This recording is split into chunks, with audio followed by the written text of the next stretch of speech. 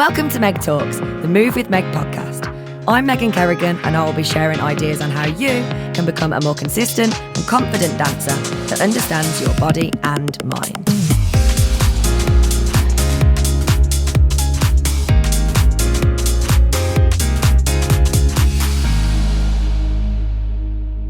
Hi guys, and welcome to another solo episode of Meg Talks. Today I'm going to be talking you through my first worlds. So we are in that season right now where we are on the run up to the World Championships, and it's an exciting period of time. It's a nerve-wracking period of time, and I know lots of dancers listening to this, or lots of dancers in the world right now, will be thinking, it's my first world. What do I expect? How do I know when I'm ready? Am I going to be ready? Maybe I don't want to do this anymore. All of those feelings. And I know that because I have been in your shoes. I have been to my first world. And so I wanted to talk to you a little about my story of my first world, so that you can really get a picture of, you're not on your own. You're not the only person feeling like this. Everybody that is ever danced at a world has felt like this, and just normalizing the feelings that you might be going through. Listening to my experiences, taking from them and trying to adapt so that you can enjoy the moment as much as you can.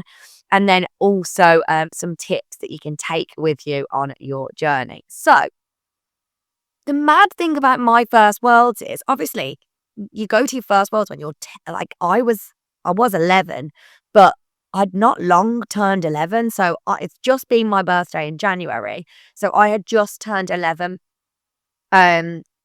So you are so young. I was still in primary school. Now, when my first world was in Killarney in the INEC, which is exciting. I'm heading off there in a couple of weeks to the All Irelands. So I loved that venue. And the good thing about that was I had been to the All Irelands a couple of times. So I felt like I knew the stage and I knew the venue, which is one of the sort of like unknowns taken away if you are dancing at a World Championships for the first time. Or any fest where you've never been to that venue, never danced on that stage. And so I had that experience. That new experience was taken away because I had done the All Irelands. But I love Killarney. And my actual biggest memories of my first world is not the dancing, it's what else we did in Killarney. So in the UK, in year 6, which is like your last year of primary school, you often go on sort of like a big retreat. With the school, you do an overnight somewhere, and my school trip was a couple of weeks before the World Championships was going to be. That meant that because of our training, my parents decided, and one of my best friends was in my class with me, both of our parents decided we were going to the Worlds and we were committed to that, and that meant that we weren't allowed to go to our school trip. Now, looking back at that, how do I feel about that now? I think we should have been allowed to go. But it was a decision that my parents made with my best interests at heart. We needed to be in training. We needed to be at dance class so that we could feel prepared and feel less overwhelmed when we did turn up. So it's one of those, like, you're stuck between a rock and a hard place. Do you let us go to the school trip?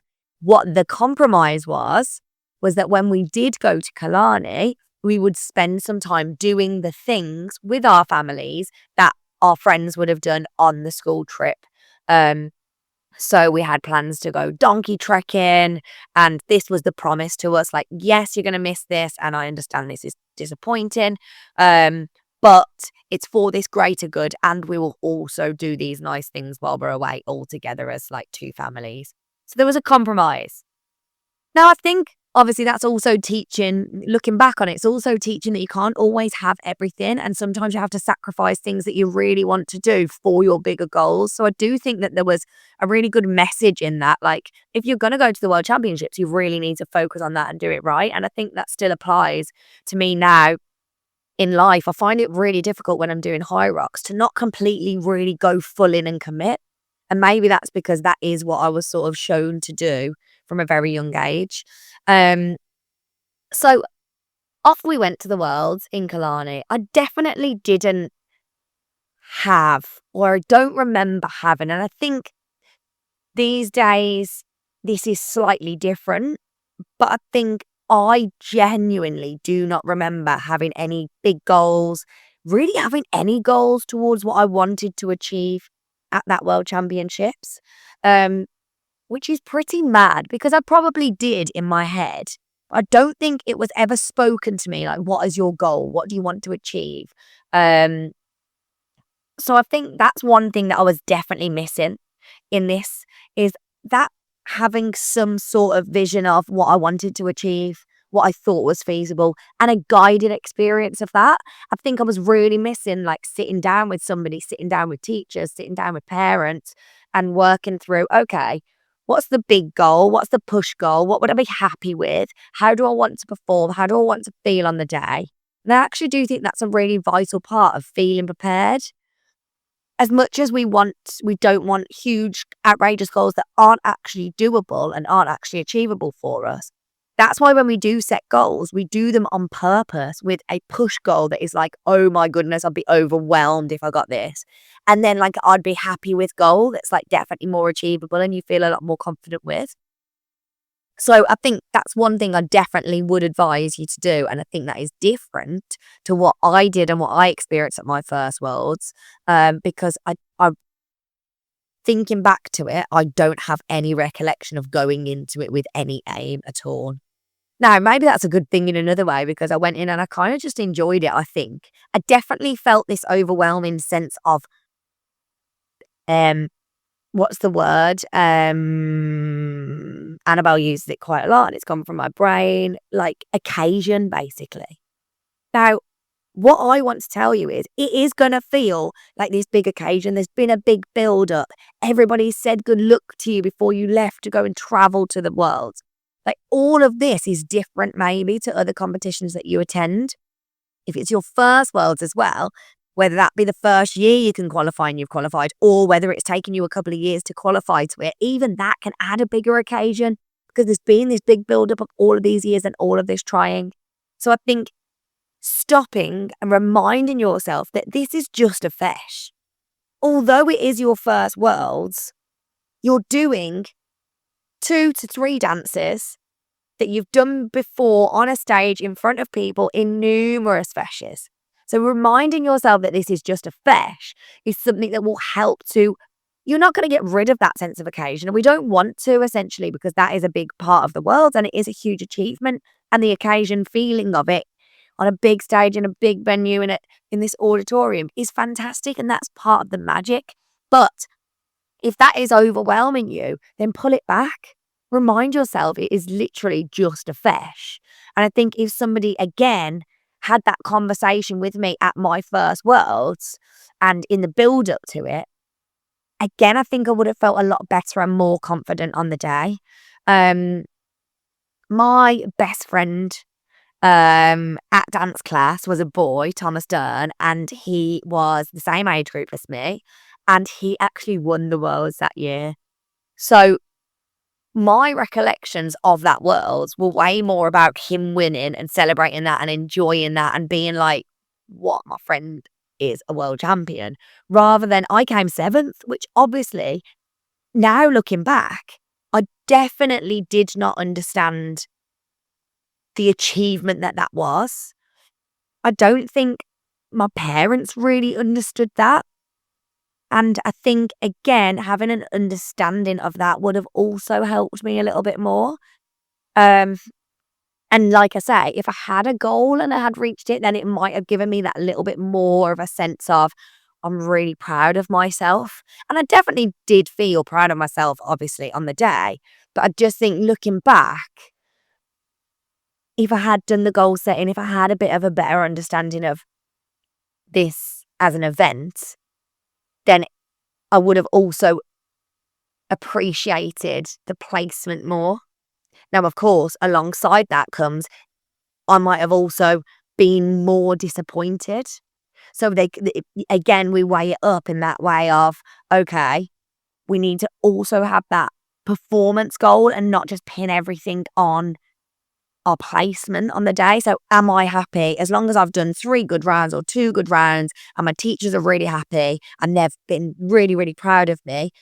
even before the recall, even before the results, then I've achieved something, and being really at ease and being really confident with the fact that that is one of your goals is probably something that I probably should have had in place as well. So finding the balance of goal setting, definitely, and like the preparation and the build up and reminding yourself that it's just a fresh and you've done it before is definitely some of the things I'd advise you to do.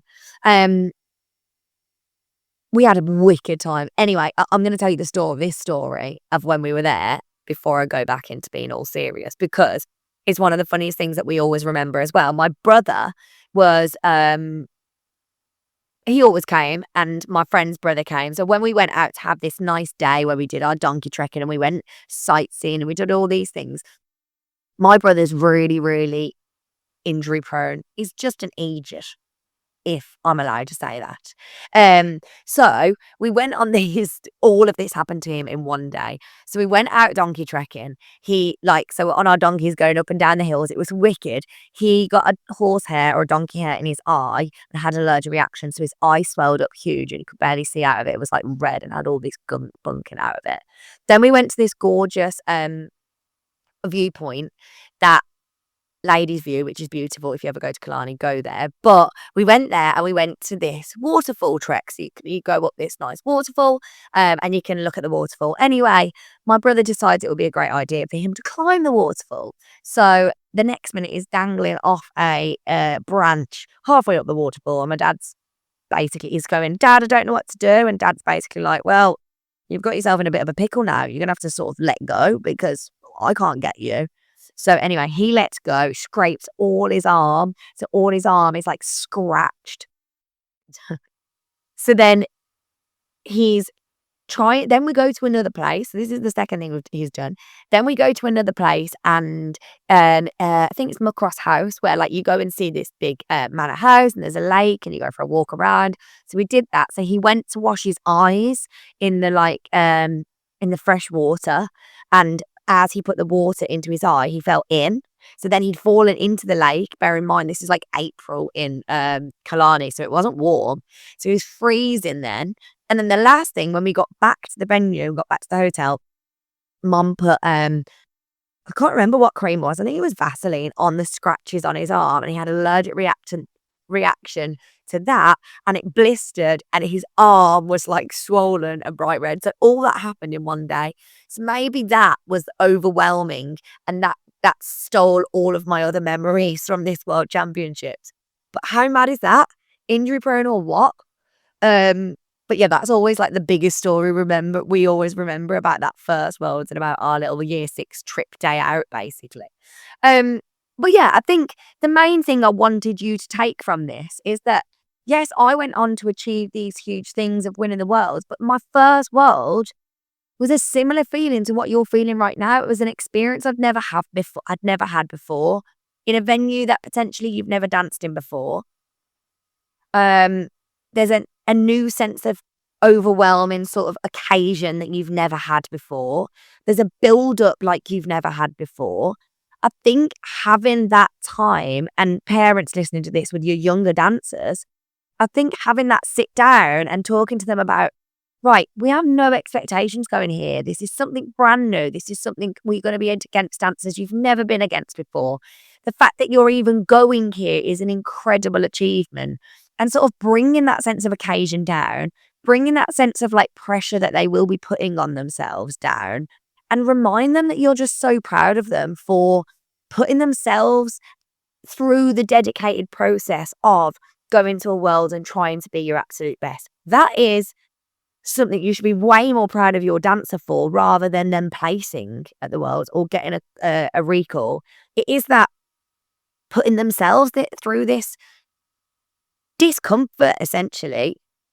The thing with nerves and feeling of occasion and things like that, anything in my life that I've ever done that has been worth it has always had this feeling that you will have right now in your pit of your belly, like, I would rather just run, forget it, and not do it. So remind yourself of that. The minute you set foot on that stage, you do your first round, all of that will run away and you will have this overwhelming sense of, oh my gosh, I've done it. And you will be so proud of yourself. So I think parents have that conversation with your dancers. Dancers have that conversation with yourself. I'm proud of myself already. What I have done so far to even be in this position listening to this podcast, thinking about going to my first world, or thinking about going to the worlds at all, is something I'm already proud of. The fact that I'm putting myself through this difficult process that most dancers won't put themselves through because they will shy away, because it is overwhelming, because it is that sense of occasion. You're already doing something that lots of people would never do. So you're already pitching yourself above, and you are already going above and beyond, and you are already setting yourself up to be so, so proud of yourself. So with that said, my 3 tips from my experience that I want to give you and I want you to take away from this are, remember, it's just a fesh. It might be your first worlds, but it's not your first fesh. You've done it all before, and that is why and how you're there in the first place. Enjoy it. Remember, it's your first worlds. You've wanted this moment to happen for so long. Take time to indulge in that moment. Take little steps along the way to stop and think, whoa, I'm actually doing this. Yeah? Experience it properly. And my third one is fully plan that dance day out. There's going to be that overwhelming sense of occasion that you've not had before. So sit and plan your dance day. And that leads me into talking to you about our World Sprint package. So it is a 10-week sprint. Don't worry, I know we're ahead of that 10-week period now, and we're round about nearly the 8-week out.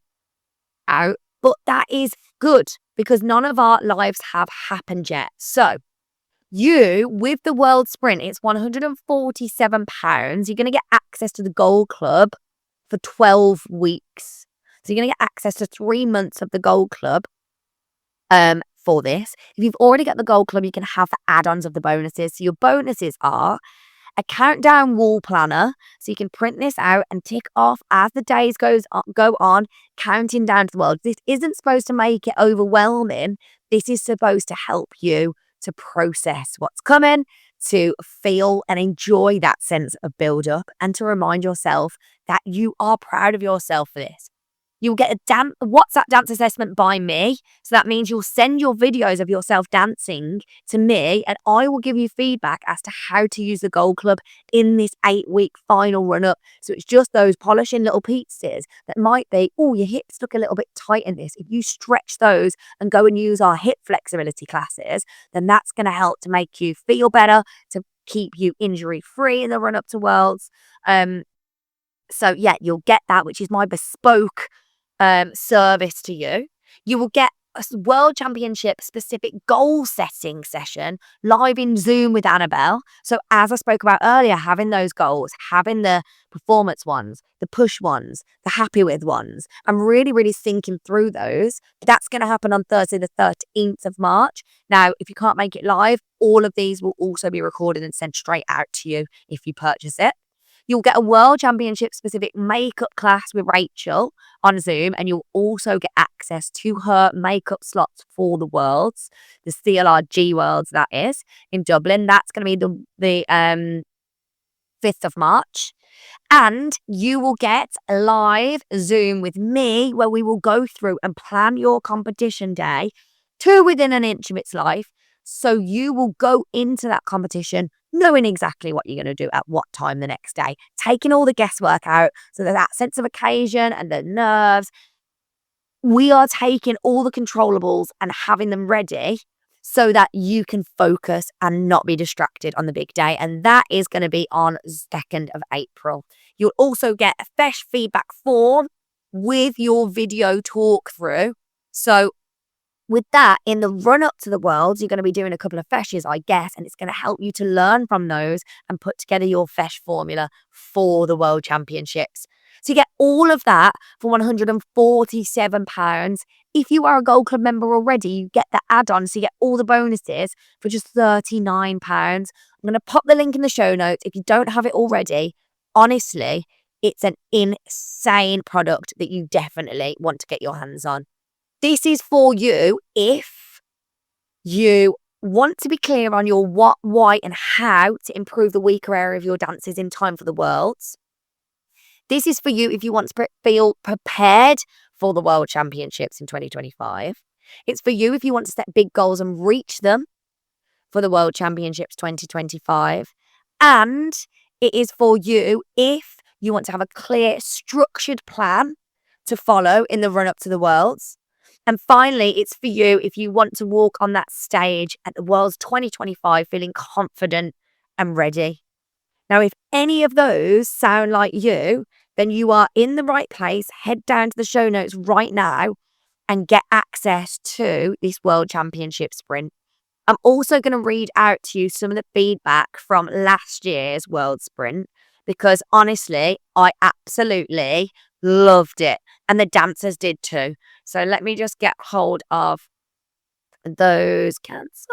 Let me just get hold of those for you because honestly, the difference that we saw and the difference that dancers felt heading to the World Championships was so worth it. So, let me find. So, let me see. I can actually feel improvements in my body and dancing. It's also beginning to show in my FESH results. So this was in the run-up too. I feel more prepared for the Worlds because I feel confident and stronger in my dancing, which will help me to dance to the best of my ability. I would say this is a fantastic resource for improving your strength and dancing skills. I would say that this has a great system and I would highly recommend it. My favourite part of this package is being able to go on the live classes in the Gold Club. And I like that if I miss it because of the time difference, I can always go back and watch it. Let me see. Your personal voice note for my dancing because it helped me to pick the right classes for me and make sure I was improving for me specifically. It's definitely helpful if you struggle to maintain a routine or if you need guidance in how to improve specific aspects of your dancing. I feel more prepared for Worlds. I feel like I'm ready for any situation that is thrown at me and I know that I have improved as a dancer. The mindset has also made me more determined and I have been even working harder than ever before and my teacher has told me this too. So that is just some of the feedback we had from last year. It's bigger, it's better, and we are even more experienced in what we know you want from us this year. So do head to the show notes if you are heading to your first Worlds. And even if you're not heading to your first Worlds, if you are heading to your Worlds and you've been before and you feel like you know what you're up to, this will benefit you too. Thank you for listening. I hope my journey to the Worlds and my first World story will help you out. With feeling a bit more prepared and a bit more understood and a little bit more heard and a little less alone. Remember, you can always reach out to ask us any questions. And if you are listening to this on any sort of Spotify or Apple, please do like, subscribe and share to your stories on Instagram so that more dancers can hear this and we can reach our mission of helping as many dancers in the Irish dance world as possible. Thank you so much for joining. Join me again on the next episode, which will be with Annabelle for our Mindset Matters next episode. Lots of love, you guys. Thank you and see you very soon. Thank you for listening to Meg Talks. Don't forget to share your favourite parts of the episode and tag us on Instagram at MoveWithMeg with 2 Gs. And as a special treat, head to movewithmeg.co.uk/FESH Day Warmup to access your free video. See you next time.